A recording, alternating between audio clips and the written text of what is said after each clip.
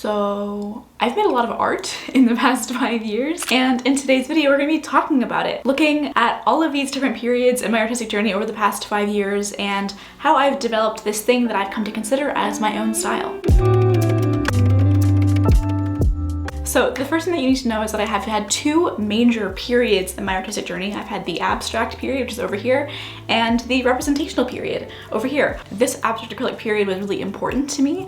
I actually got into some galleries and sold some of my work when I was in this period, but then sales were really drying up and galleries weren't selling my work anymore, and so I stopped doing this style really, and in the fall of my sophomore year of college, I think, I started oil painting for the very first time. So I've only been oil painting for a few years. I just graduated college now, and all of the oil paintings that you're gonna see have been done in the past few years. So I don't have a long history really taking my art very seriously at all. And I'm really proud of a lot of the stuff that I was able to achieve in my abstract period, but I did eventually feel sort of creatively stifled. But I was able to learn so much about composition and color. Like, let's take this piece right here. This piece is just, I think, incredible. It's one of my favorites ever, and I was able to achieve a lot of really interesting effects with like cells in this acrylic pouring piece, and I think just the colors of like the pink and the blue and the red, and every single aspect of this piece is really just incredible to me. And because acrylic pouring is like sort of a one and done kind of situation, you can't change aspects of the painting once it's sort of set, and you only have like 15 or 20 minutes to really paint the piece, I guess. And after that 15-20 minutes, the painting has sort of a film over the top, and then you can't influence it anymore without wrecking the surface. And I really learned how to let go of control during the process and sort of let the paint do its own thing.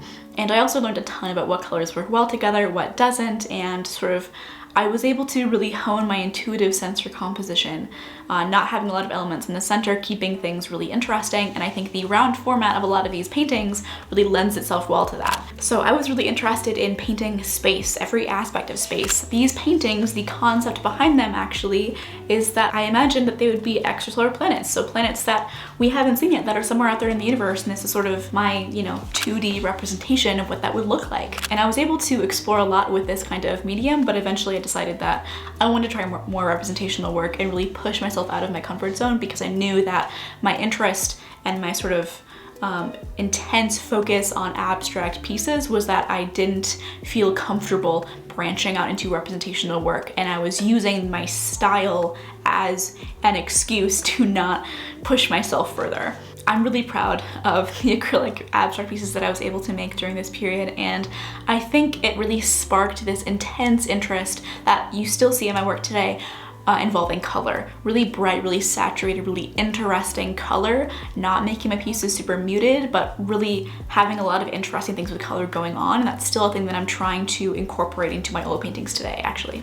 So moving over to the oil painting side of the room now, let's talk about some of my very first oil paintings and how I've sort of been able to achieve what I would call a style with my work as you see today. I actually painted this for my oil painting class I took in college. I took that this fall of my sophomore year of college, and I was really interested in trying oil paint for the very first time, and all of this piece right here was painted with water-soluble oil paints. This one over here is a very early oil painting, very bad. It was my attempt at a still life, and as you can see, I was still really held back by my lack of interest in the drawing fundamentals, and that really crippled my ability to do any sort of representational work. So a lot of this stuff that you guys see me doing today is trying to catch up in terms of drawing ability and really focusing on how can I get better at anatomy, how can I get better at rendering form, shadow, line, how can I really be more effective at rendering things like flowers and glass, because I am not used to doing that. And I think my abstract period over here on this side of the room really held me back in that respect. So the comment that actually originally inspired this video really wanted me to cover how I found my art style. And I don't really have a good answer to that question, I guess, because I don't think I've really found my style yet. I think my style is in constant flux, but there are some things I think characterize all of the things that you see in my work, and that is really bright, really saturated, really interesting colors, focusing a lot on color. You see this in my abstract work. My abstract work really sparked this interest in color, but some of my early oil paintings, like this one, this one, this one, and this one, this one, and this one behind me that I talked about a little while ago, are all really colorful. They all have a lot of color going on. I don't think my work is very muted in terms of color palette. I think I always have a very clear direction of the vibe that I want to go for in terms of color, and I think I really stick with that. One piece that I actually did recently that I would consider more muted is, let me get it, is this one. This is actually a Study of Another Artist's piece, and I would consider this painting really uncharacteristic of me because it's not super colorful. I'm really sticking to a more natural color palette when I paint the skin especially, maybe even a little bit more muted than what you would actually see in real life. And I would say that I think this piece is really good, technically speaking, but in terms of like it being a representation of my vibe and my aesthetics as an artist, I would say that this piece is far more muted than my work typically is, and I think my dislike of it stems from that place. So if you're talking about like what I would consider my style as, I think I would consider my style as sort of a continuation of Impressionism, but with a real strong focus on bright, saturated color with clear directions in my color palette, not really focusing on more sort of muted, natural color palettes like that one. So yeah, if you're talking about my style, I think that's what I would consider it as. Also just like very painterly, as you can see in like this piece right here. I'm not really focusing a lot on realism.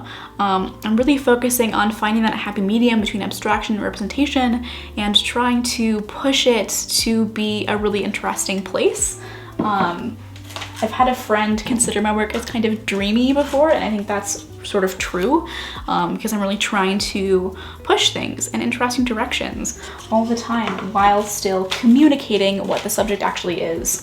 So this piece over here and this one right here are sort of me dabbling in more like sort of watercolor-like styles, really trying to get interesting drippy effects with my mediums. I think this piece was really interesting to paint, and I did it all in one session, but I would say that I don't really feel compelled by this technique. I actually really want to paint in more layers, want my composition to be more busy, more interesting, while still pushing, like I said, for more color, more saturation, more really interesting things going on with color. But also, if you watch the first My Favorite Artist video, which I'll link above, I was really interested in like sort of vaguely abstract stuff. So taking the stuff that I learned from my abstract period, applying that to my representational period, and being more iconographic, I guess, not like sort of truly focusing on intense realism, but bridging the gap and finding somewhere in between. So this piece was very experimental for me, really trying out the style of Aaron Hansen and people like Jess Frank, and trying to find this happy medium between realism and abstraction. And as you can see, I don't fully, I think, grasp it in this piece. I would say that the painting that you saw me work on a few weeks ago, this piece right here, is a little bit more of a representation of what I'm really trying to achieve in my work.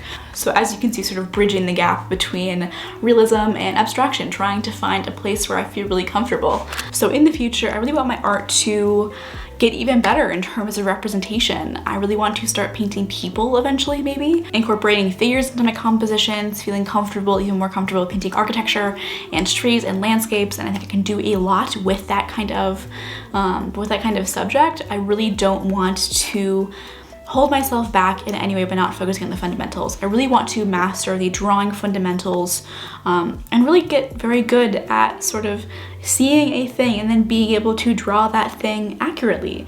And I've learned a lot about color and composition from all of my oil painting and acrylic painting experience, but I really want to start branching out more, and I don't want my style to to be a crutch, basically, or to be an excuse to not focus on the fundamentals, because I really think that that was the driving force behind my abandonment of my abstract acrylic period, because I realized that I was just holding myself back by not focusing on the drawing fundamentals and thinking that I was above that and that I could just excuse myself from focusing on that. So yeah, I think my style is really colorful, very painterly, and I'm really excited to see where it goes in the future.